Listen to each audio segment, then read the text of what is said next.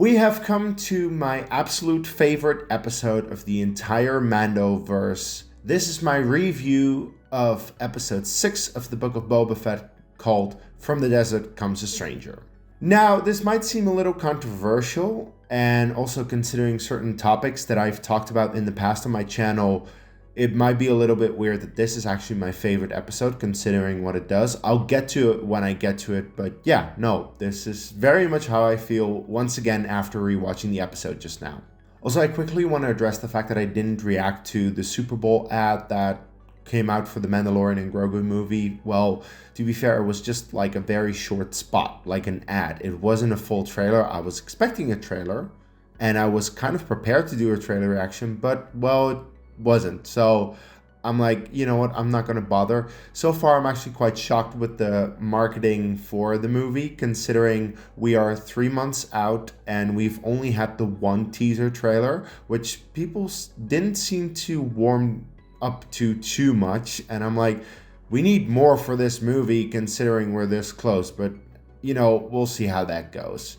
It's up to the marketing team. It's not up to me. I'm just here to talk about, in this case, the Book of Boba Fett. So this episode starts off on a desert planet with people dealing in spice. Rolling over the sands, you can see spice in the air.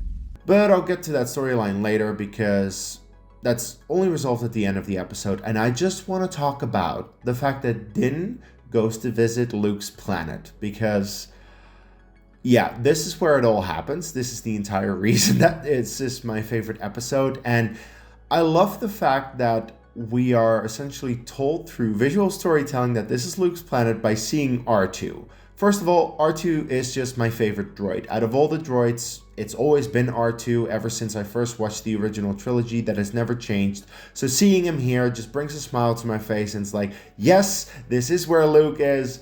I'm gonna absolutely love every scene that we're gonna see, at least on this planet. So that is instantly an indication for me that I'm like, I'm gonna fucking love this episode, let's be fair. But then R2 brings Din to a place where R2 shuts down. Din is just watching a bunch of droids build a structure and him a bench, which is also quite funny.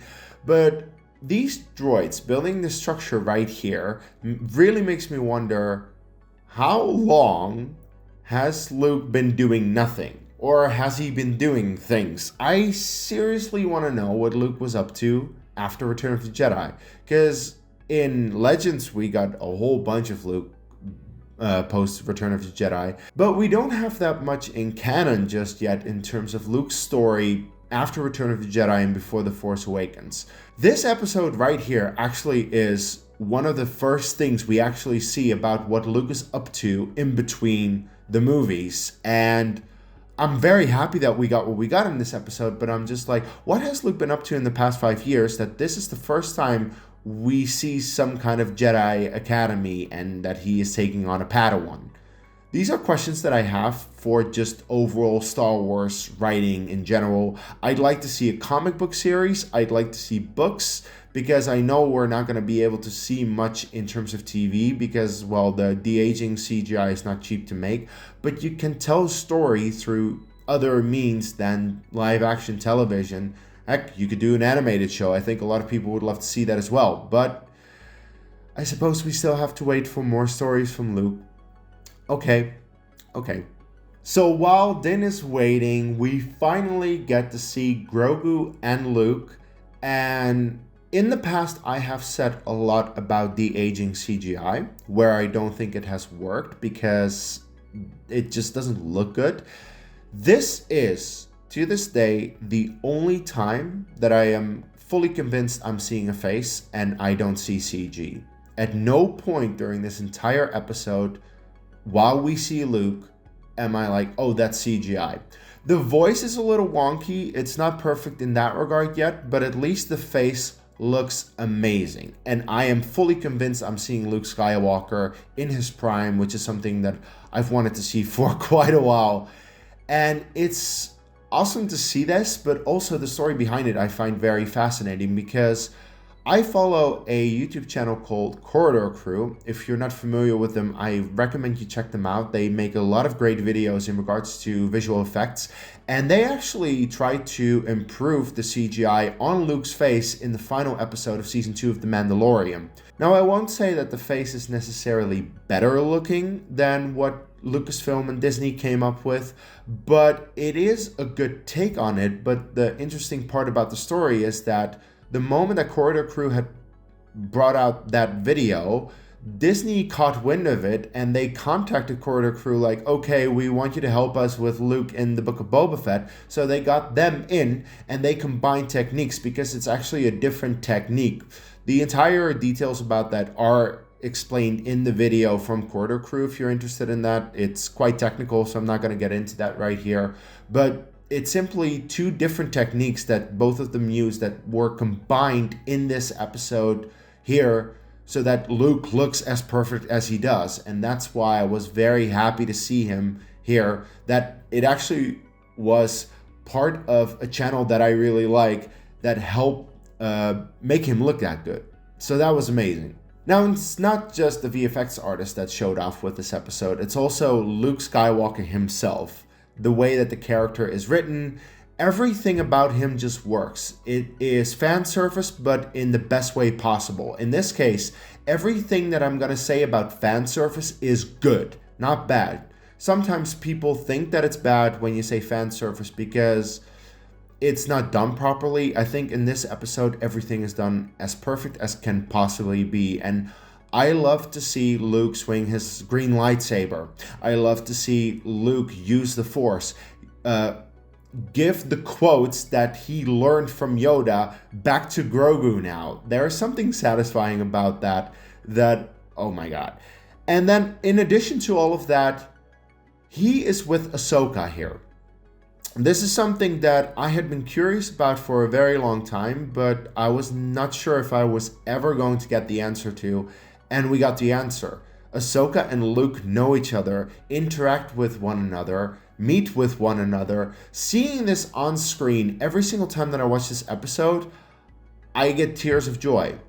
I get so emotional watching this. I love it so much, I can't describe it because it's the original trilogy which I grew up with, coming together with Clone Wars Rebels, that kind of stuff, which is something that is very dear to my heart, in live action in an episode that I never thought I would see. I wanted to see, but I truly was convinced at the point that I saw this that I would never see it. And I'm not taking it for granted all these rewatches later, because I've seen this episode at least 10 times by this point, and still by the time that they show up together on screen, there are tears in my eyes, there is a smile from ear to ear, and I can't explain how happy I am to just see them together on screen. It's insane. But anyway, there is actually a fair bit of Book of Boba Fett episode going on this episode, because 25 minutes in, Din returns to Tatooine, meets with Boba Fett. They talk about the way that they're going to deal with the Pykes, and that the Pykes are very much turning up the heat. And of course, more of that comes towards the end of the episode. So Boba Fett shows up, actually, in this episode, unlike the previous one. And then we get the story as well of Cobb Vanth having to deal with, again, I don't know why to this day I'm so baffled by the fact that we see animated characters being brought into live action, but there's just something that triggers some kind of happiness, some kind of awe about seeing Cad Bane in live action. I never thought I would see him in live action, and here we are. And it's perfect because also Corey Burton does the voice again. I don't know who actually physically plays the character, that doesn't matter. Whoever does it, they did a great job because it very much looks like Cad Bane, like the animated version. So that was all perfect. And of course, Cobb Vanth is like, we need to discuss with the people of Freetown if we're going to get sucked into it. However, I think the moment that he gets shot by Cad Bane, that is a signal to the rest of Freetown of like, okay, yeah, no, we're going to get involved. We're going to help out. So that's cool. That sets up the next episode very well. So in that regard, they set up the next episode very well with Cad Bane being introduced and also blowing up the cantina, which is also a big statement in and of itself. So in that regard, they do a fair job at setting up the final episode of the Book of Boba Fett. And the crazy thing is, while after the first episode I had no excitement for the final episode, now with all these elements of Din Djarin and Luke and everyone being introduced and Cobb Vanth also being involved with Freetown, I'm like, let's fucking go. I want to see this final episode now. It's strange how, despite the fact that the first 4 episodes are absolute ass of the Book of Boba Fett, these 2 episodes make me so excited for the final episode, which honestly, I am okay with. It's not the best episode. It's just the hype of this one episode, episode 6, also the previous one, episode 5 to a certain degree. It hypes me up so much that I actually get excited for an episode that, by the time I get to next week's review, believe me, I won't be as excited as I am right now. But just, I fucking love this episode so much that I actually get excited, you know? But then, of course, the episode can't just end. We need to see Luke and Grogu one more time because Luke presents Grogu with a choice. And I've never been a big fan of Yoda having a lightsaber. I always thought it was kind of ridiculous that he had one, and him flipping around in Attack of the Clones doesn't do much for me. But this is probably my favorite ever time that we see Yoda's lightsaber.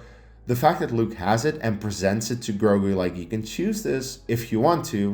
Of course, we know the outcome. And I still think to this day that the outcome is not the right decision. I'm not a fan of it, but I'll probably get more into that next week, or even when I talk about The Mandalorian Season 3, because, well, The Mandalorian Season 3 was definitely a mistake. But that's for later. For now, it was just amazing to see Luke back in this episode in the capacity that we saw him, with the amazing CGI on his face that, honestly, I am seeing a face. I'm not seeing CGI for a change, which I very much was seeing at the end of The Mandalorian Season 2. And also still, you know, Anakin in Ahsoka looks good, but it's like, yeah, I can tell it's CG and it's not flawless. So Luke is still the one example of a perfect blend of CGI making it look like a real face, instead of, oh, it looks like very good CG, but I can tell it's CG, which is just the case with so many of these DH CGI faces. But yeah, despite some issues with the episode, I adore it. I prefer it over any of the other Mandoverse episodes. That includes all of The Mandalorian and Ahsoka, and yeah, definitely Skeleton Crew, but that's no surprise. And I will give it credit for actually being somewhat of a Book of Boba Fett episode. Last week, I said that the previous episode was definitely not one. That was a Mandalorian episode. This actually is a bit of a Book of Boba Fett episode. The character shows up, the story continues, and yeah, we still have half an hour of Luke Skywalker and Grogu, which I also love, so I'm cool with all of it. This is a great episode. I fucking love it. But I just wonder, what are your thoughts on it? Because I know there are people out there who don't really love this episode. Maybe for the reasons that, you know, we have a DH CGI face and a voice that doesn't really match at times. But again, just let me know what you think in the comments below. Please leave a like on the video if you liked it, and subscribe to my channel for more Star Wars content. And of course, until my next video, may the Force be with you.